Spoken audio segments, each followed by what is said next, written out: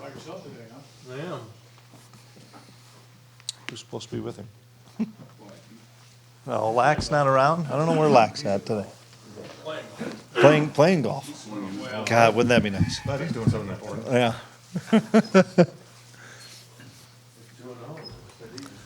Yeah. Well, good afternoon, everyone. Recapping a little bit from last Saturday. Just really pleased with the guys' focus and effort and staying engaged through the delays we had, the delay to start the game, to shrinking our warm-ups and handling the adversity of the first break that I didn't realize how long it was, but it was almost close to an hour, not quite, but it was close to an hour to be able to come back out and make some plays and then go back in at halftime and continue to keep our focus and not let our guard down, and played really good football in some tough conditions, tough environment, with the ball being so wet, but was happy we were able to control the line of scrimmage and we're able to make some plays on defense with turnovers, and that helped get us some short fields, and we got to capitalize more on some of the short fields that we got from an offensive standpoint. But once again, they were playing a lot of cover zero and just getting everybody up in the box to try to, assuming and knowing that it was hard to throw the football, and then we popped a couple runs, so that was big to see. And excited about getting that win and moving on, but now we've got a really good Tulane team coming in here. They're 2-0, playing well. Got a ton of respect for Coach Fritz, known him for a long time, and they've got really good players, and I think they got a really good quarterback, and obviously they can really run and have some really good athletes on both sides of the ball.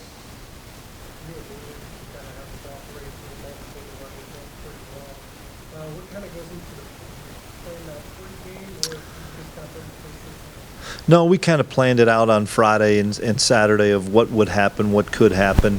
You never know how long they're going to be, but whether that's, it's a benefit of being at home when those things happen, because a couple players got another chance to get more treatment during that time, and whether it was getting a stem, getting ice, doing whatever, getting warm back up to having snacks and food and beverages, and then going into the weight room and having that turf area to stretch out and kind of not be crammed into a locker room. I think those things are all a benefit, and then just continuing to meet with the guys and talk about, okay, here's the next part of the game plan, here's an adjustment we're going to make, and just always trying to keep them engaged and not let them just hang out for 45 minutes.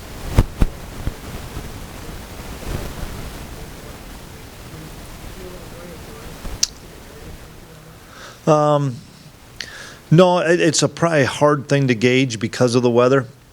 I was pleased with how hard we're playing right now on both sides of the ball. We're playing really hard, and it's making up for some of the alignment errors, mental errors maybe that we're having. We've blown a coverage to, maybe having a false start, whatever. We're playing hard enough to overcome some of those things, but we have a lot of things to clean up in all three phases from a technique standpoint. In light of what the offense has done in the first two games, is there a need to maybe prove yourselves before the ball specifically? Well, just wanting the opportunity to do it more than anything. I don't know if it's proving it. It's just just didn't do it in the first game because we were, like we had talked about, trying to save some things back, and had a lot of good things on the card. Coach Klein did, and just it was going to be hard to get to him with as much rain as we had and as heavy as the ball was. And so I'm still excited about some of the things that we are going to do in the passing game. I think you saw glimpses of it on the first two drives when it was dry out there, and we were able to. I thought Adrian did a really nice job of coming to maybe a third progression off his reads and finding Malik a couple times. But we're just, in my mind, scratching the surface of what we're going to be able to do throwing the football. It was really good. Now, we were fortunate. They misfired on a couple of deep balls that we have to have a little bit better technique on. But we were able to really slow down the run, and that was so critical for us because that's what makes them really go. Is if they can run the football, then it sets up their shot, play action things, and we were able to do a great job with tackles for loss and putting some pressure on the quarterback that made him throw it a little bit early. Had a couple of really big interceptions. Kobe made a great play. It was an underthrown ball, but that was part of the weather, part of the elements, and he made a play on it. I thought Sincere made a great play. Nick and Deuce were in the right place at the right time. Deuce really made a heck of a play, just spying the quarterback and making a great catch. And when you turn the ball over, I don't know if it was 3 or 4 possessions in that third or fourth quarter, really can change the momentum, and it definitely did. Offensively, a lot more RPO stuff. Quarterback that really can sling it around, and he's a good athlete that can run. They have a number of receivers and tight ends that can beat you with their speed, athleticism. The RPO game is something that we have to be really alert to. And then on defense, probably the multiple fronts that they can get into, different pressure looks.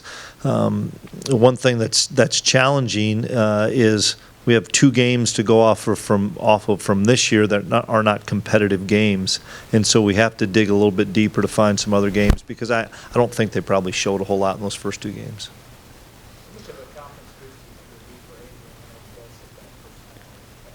It'll be, I think, as much of a relief that's over with. Let's just go play football, and getting the right conditions and saying, okay, let's just throw it around a little bit more out of some open sets, and people are going to continue to try to stop number 22, and so people are going to continue to put more people near the line of scrimmage, and if they don't, then we're going to nickel and dime them in the throwing game and let Deuce run wild, but we're believing that people are going to have to play less deep coverage and more. And Missouri did that late. They just said we're going to play cover 0 most of the time, and they either hit us for a not necessarily a tackle for a loss, but maybe got the ball out of Adrian's hands quickly, maybe knocked us down for a yard, or you saw what you saw where if we bust through that early line or first part of the line, it's going to be a big play. So I'm excited for us to continue to improve on it, and part of it is good. We've had really now 3 weeks of practice with Adrian and the wide receivers, tight ends, and backs. So we're getting a lot of work in, and it's gonna pay off. Remember the first time seeing Kobe Savage on tape or live when you realized he was going to be an impact guy? Loved his junior college tape, and got a chance to visit with him pretty quickly after watching the tape, and offered him when he was on a bus trip at Tyler, and just loved his personality and his demeanor. And then when he came up on his visit, I just knew he was the right kind of guy, the right fit, the right maturity. He loves ball. He's an absolute football junkie. He just hangs out in the offices and is a sponge to learn more and more. And kid plays reckless, and he has fun. Yeah, I know Willie. Okay, can you tell us about that? Well, Willie was at Sam Houston State when I was at North Dakota State, so I was the defensive coordinator at the time, but had really good battles with him. So much respect for Willie, what he did at Central Missouri for so long, and then going down to Sam Houston and turning that program into a perennial power in FCS. He went to Georgia Southern and did some really good things, and had an opportunity to go to Tulane. The athletic director at Tulane's a really good friend of mine, Troy Dannon. Troy made a great hire in Willie, and so much respect for Coach Fritz. I see him at different conventions and things, and he's doing a terrific job down there, and he's a winner. Is that knowledge that you have of Coach Fritz any benefit, given that it's a little bit dated, might be a two-way street? Yeah, we're both so different from when it was at Sam Houston and North Dakota State with what they do offensively and defensively, what we do offensively and defensively. Once again, I wasn't the head coach at the time, but just tons of respect for the quality of a man he is and the quality of a program that he runs. And how would you evaluate the secondary and the defense as a whole, preventing giving up big plays? You know, last week was huge for us, and I know the weather played into that. We only gave up 2 explosives on defense. We had 9 on offense. That was a big win for us in the explosive play battle. You know, you have that, and I think we were +3 in the turnover margin, and we had a big play on special teams. You do those 3 things with explosive plays and turnover margin and a dynamic play on special teams, you should be successful. I was saying, Gilliam played in the shoulder. He's playing really well and gaining more and more confidence with the more reps he gets. Yeah, he's a great communicator. Another guy that just has a blast, whether it's at practice, whether it's in a meeting. I can just see him sitting over there in the corner during a punt meeting, or he just has fun. He loves football, and he loves this team, and he's playing at a high level. You mentioned earlier, Coach, that to get more information on Tulane, not that they missed the game here from last year, but those games, looking at last year, is it taken into consideration that Tulane all of last year was affected by Hurricane Ida? Yeah, absolutely. But sometimes the schemes aren't. You know, whether or not you don't look and say what was their record or anything like that. You look and see what was the scheme, where were they having success. The guys that are returning, what positions were they playing that they had comfort in, both sides of the ball. I know they have a new offensive coordinator. So we watched some of his stuff from his previous job as well. I mean, it's just trying to come up with a plan A and a plan B and making sure that we can play fast and play physical. You guys haven't seen the other Sean Robinson, so I just wanted to get an update. Yeah, we're getting closer probably on both of them. I don't have a definitive timetable on either one of them, but we're hopefully getting closer. And then now that you've seen Khalid do back from his injury 2 games in, how would you kind of assess his health and his play? Well, he's healthy, which is fun to see and fun for him to be healthy. He just needs to continue to get reps at the linebacker spot compared to where he's played here in the past at defensive end. I saw a guy from game 1 to game 2 gain a lot of confidence in his alignments and his disguises and his ability to see the plays happen faster. It's going to just continue to click for him at the outside linebacker spot. He's a dynamic player, guys, and he wrecks shop in there when he comes and fills on a hole or blitzes. I mean, it's a grown man coming in there, and I'm excited because Khalid's best football is still coming as he gets more comfortable. And last thing for me, offense last game, you felt like start early in the first half, he was really hitting great. Yep. In the second half, you started to wear him down. Is that something that you kind of is going to hang your hat on this season? No, it was the conditions. I mean, we were going to, I think, be a lot more open and pitch it around a lot more until the rain came. And Deuce would have been a part of that as well. And then, we got up 20-6, and it was soaking wet and a downpour. And then it's, all right, let's not turn the football over. Let's give it to Deuce. Plus, with the amount of pressure we were seeing, we did not want to take sacks. We didn't want to take a bunch of negative plays. And another guy that was really, really good on Saturday was Ty Zentner. And, a few of his punts were really good. They didn't have any return yardage. He pinned a couple of them inside the 5, and those were big. Ty's kicking the ball really well.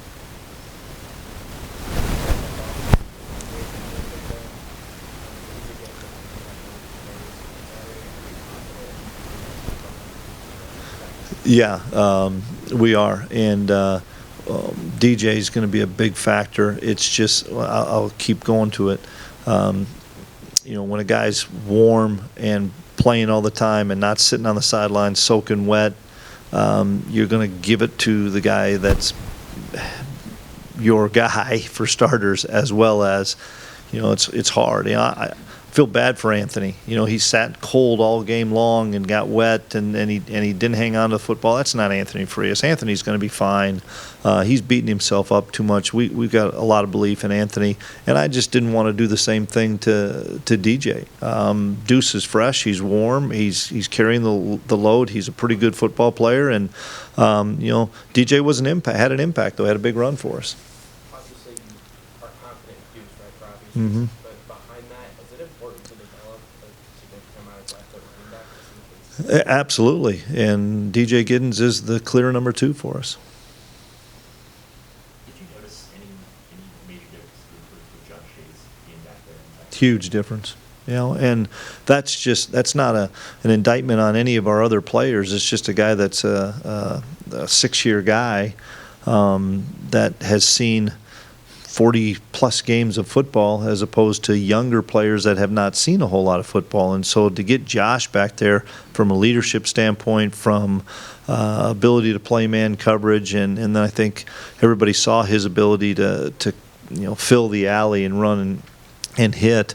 That's what I know of Josh Hayes. So I was excited to get him back, and guys like Kendre and VJ Payne are going to continue to grow and learn from Josh, and they're still going to have an impact. But it's different when you got a 6-year guy. And then it's been kind of quiet receptions for Echo. Is that more of a function of teams not growing in his part of the field? Or? I think it's going to get really busy over the landscape of the Big 12 season, and probably this week, because these guys are going to throw it around with a really good quarterback. So I think he and Julius will really be challenged. I know they're both excited to be challenged in the coming part of the season, but maybe right now it's just they've been doing a really good job of keeping their depth on things, and not a lot of time to throw the football, and people are throwing underneath, but those guys know what's coming.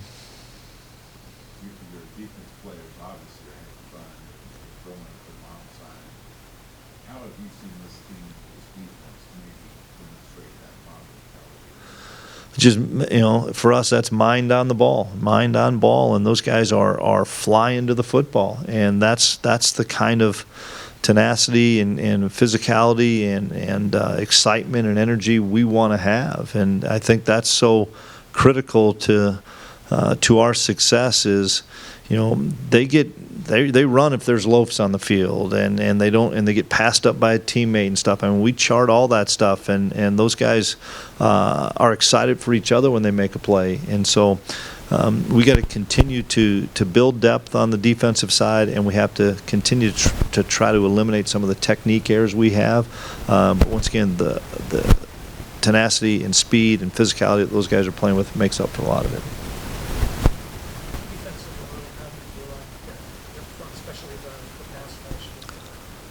Yeah, we're rotating a lot of guys in there. Brendan Mott played really well. Felix and Nate are always going to play well, and mainstays in there. I thought Pick did some really good things in there. One of the guys that he backs up Eli, but I thought D. Hintz played really well and was very, very disruptive. And it helped us to get Eli out of there some. Eli made a great play on a screen play for a tackle for loss, but having D. Hintz and having a fresh, healthy D wasn't healthy last year. Having a fresh, healthy D really helps Eli in there as well. So we're playing a lot of guys, which is really good, and all those guys are having production.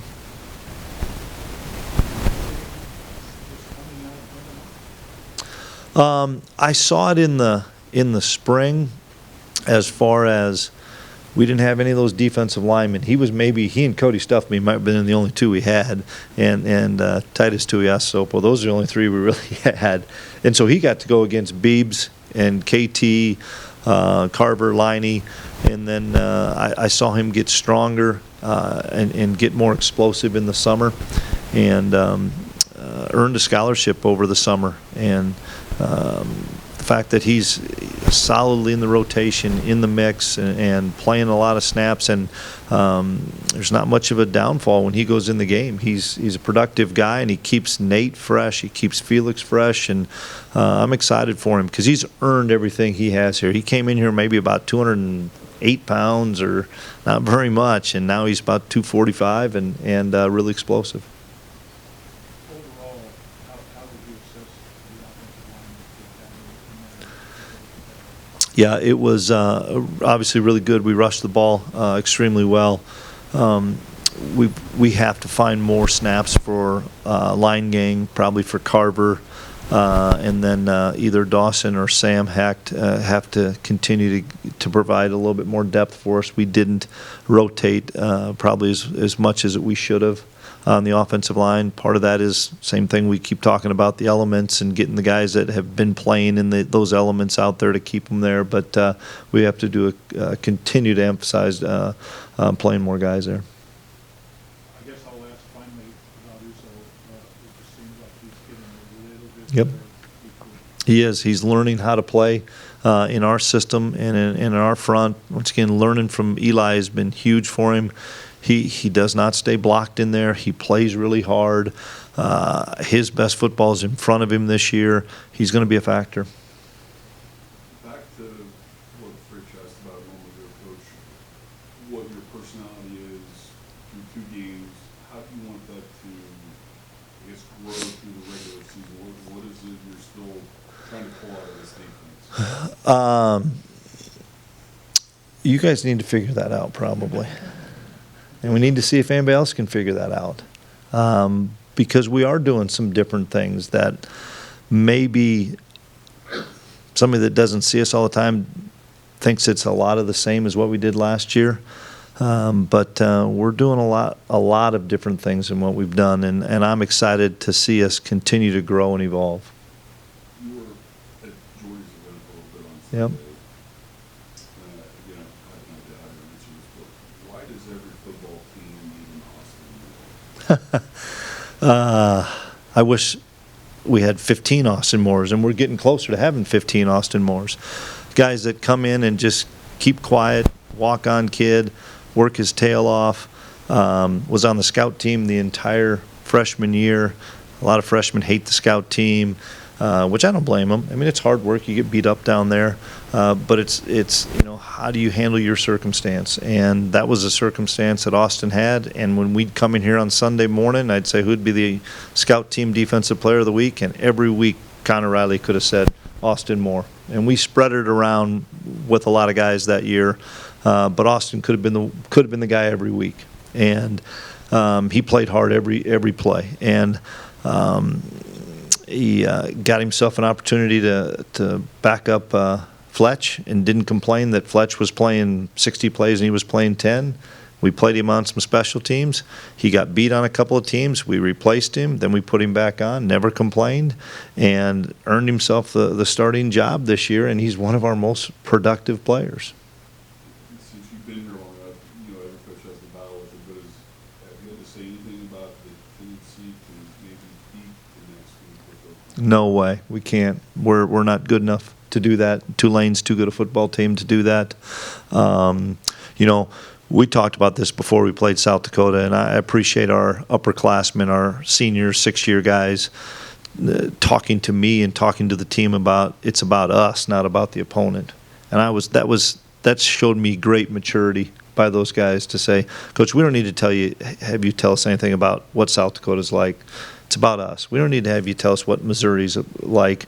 We all know who the opponents are. It's about us and our preparation.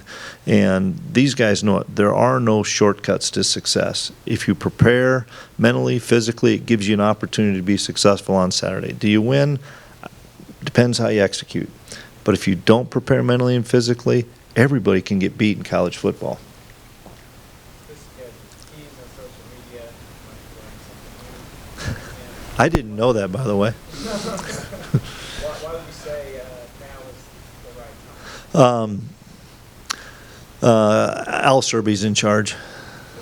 I let Al have the room. Al was awesome. And I think it's going to be unveiled this afternoon, probably.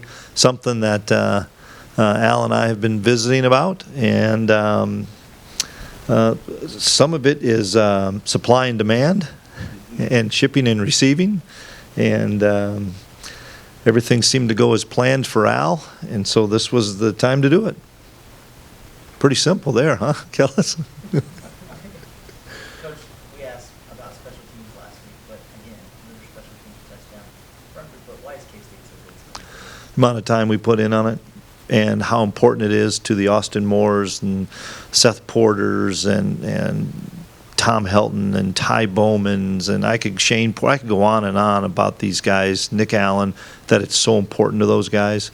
And I just go back to last spring when we had no D linemen, and we had our team going on one end, and we had long snappers and kickers playing D end and D tackle and linebacker trying to give a look for our offense.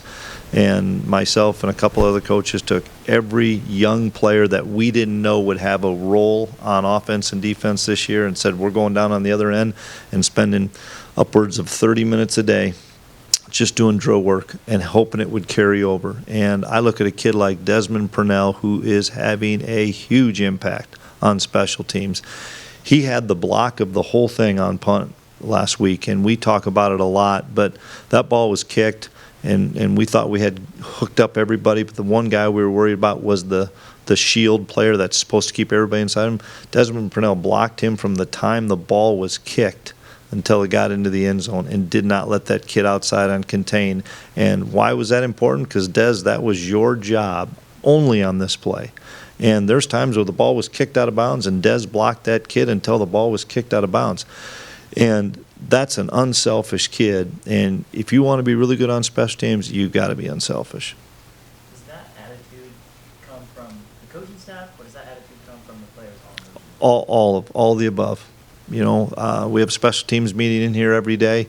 I never will miss a special teams meeting. I'll always interact and get involved because I think it's really important that the players see that the head coach is involved in special teams. I'm involved in the drill work, help the design and scheming it with Coach Burnham.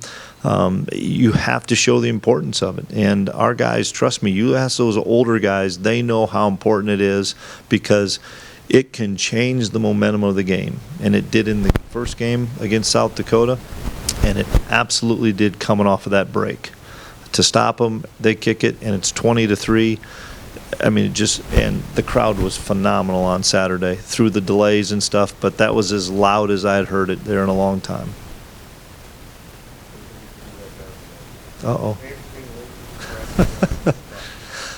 For starters, Scott Frost is a friend of mine. I hate to see it because that's part of the profession. I don't know what's going on at Nebraska or what has gone on. I've talked to Scott a few times during his time there, but I really like it here at Kansas State. I love our players, love our guys, and pretty simple for me. I can just say one name, and that's Gene Taylor. Gene's my guy.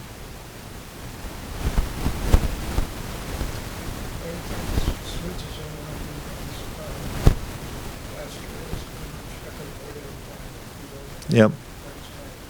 Mm-hmm. Yeah. Part of it is tempo, because when an offense is going fast, you don't want those guys adding an extra 600 yards on their legs. And part of it is Echo's that much more experienced into the boundary. And we want to get Julius's length to the field sometimes. And I think Coach Malone does a great job of mixing that up. Not always the left, not always the right, not always the field, not always the boundary. I'm excited for Omar Daniels. Omar Daniels came in and played limited snaps but made a couple of huge plays. So we're gaining depth there as well at corner. So we'll keep moving those guys around, make it hard for people to figure out where they're at.